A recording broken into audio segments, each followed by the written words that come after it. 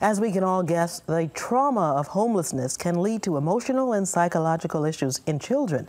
Sometimes it takes a while to see just how serious those effects can be.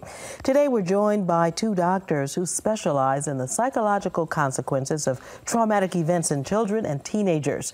Dr. Glenn Sachs is the Associate Chief of Psychiatry for Research and Development at Children's Hospital in Boston. He studies the behavior of children who live in environments with ongoing stress. And Dr. Blaise Aguirre is a medical director at McLean Hospital.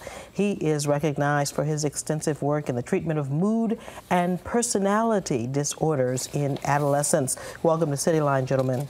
Thank you. Thank you, Karen. First of all, let's get both of your opinions on how homelessness affects children psychologically. Yeah, I guess perhaps I could start. One of the most important parts of childhood is safety. If a child is living in an environment where they feel really vulnerable, then they're at all kinds of risk.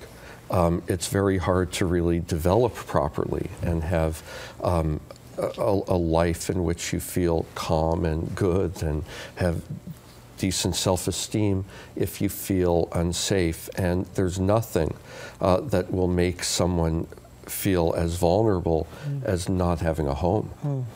And Dr. Aguirre? And just to add on to what Glenn had to say, that homelessness can often come in part because there is mental health issues in the family as well, so that there are effects of homelessness on the child, and often there are mental health issues with the parents as well.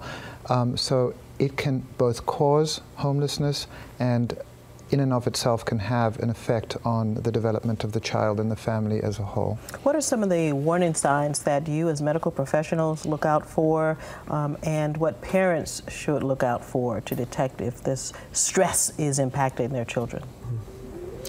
I think a change in level of functioning, a change in feeling connected, someone who will become more withdrawn, someone whose behavior will change and do things that they otherwise don't do. A kid who is relatively calm who suddenly is pretty aggressive. Are there typical cases, or do you see symptoms varying from child to child? I think the symptoms do vary from child to child. There are some typical cases, so-called acting out behavior, aggressiveness, nightmares, difficulty sleeping at night. But you know, kids can present with drug use, they can present with depression, they can present with school difficulties.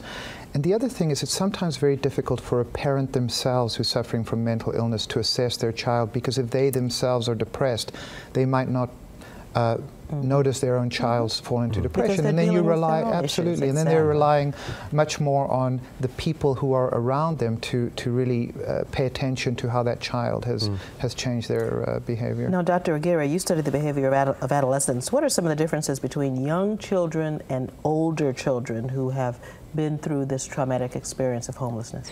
The experience of a very young child who's had constant upheaval, constant changing, constant moving around, maybe from caretaker to caretaker, impacts them much more profoundly than if a child has gone through a relatively stable childhood and then in adolescence becomes homeless. So that what we think is that early neurological pathways that develop in the developing young child get affected much more profoundly if it's ongoing in young children than if it's in adolescence. And Dr. Sachs, you've done some extensive research on children living in stressful environments. What are some of the more surprising finds of your research? I'm not sure I'd say it's surprising, but one of the things we know related to this is that traumatic stress will involve two things. One is a problem regulating emotion. Another is having an environment that isn't able to help the child manage emotion. And so you need to look at both of those things. Much as Dr. Aguirre just said, there are neurological pathways that develop over time related to trauma, and they really involve emotion and how a kid might feel calm and then lose control over emotion and behavior.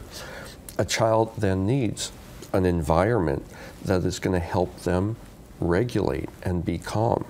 And what will happen in the context of homelessness is you have the environment that really is very unstable, where there's all kinds of ongoing stresses. And if you come into a shelter with a traumatic stress problem, and there's the ongoing stresses, it keeps perpetuating the problem. Now, many people think of homelessness as an urban issue. Is there a difference in the way an urban environment versus a suburban or rural homeless environment will impact kids? You know, most of my experience is within urban environments.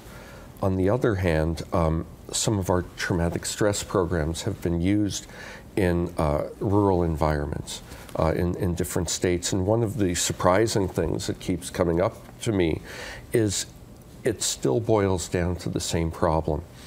A child who can't regulate emotional states, as I've described before, and they live within an environment that isn't able to help them regulate. And it really ends up boiling down to those things. And Dr. Aguirre, the last word to you. Yeah, well, I've actually seen this. I worked in a urban environment and saw the effects of homelessness on urban youth, and now work with a much more suburban. And what we're seeing is that with the economy getting bad, but also with kids, for whatever reason, not doing well at home, that a lot of these kids are either having to move into different homes, say that the parents lose their home and then they move in with relatives. So that's a type of homelessness. But the other thing is, you know, kids who say, you know, I don't want to be at home anymore, and then they move from home to home to home, that the effects of that kind of moving around, so they might be sleeping in a much more comfortable bed. But it's still the instability of the environment. The instability of it is going to affect how they're going to function. All right, Dr. Aguirre and Dr. Sachs, thank you for joining us today to shed some insight on this. Thank you very much. Thank you very much. Thanks for watching, everybody. We'll see you next week. Have a great rest of the day.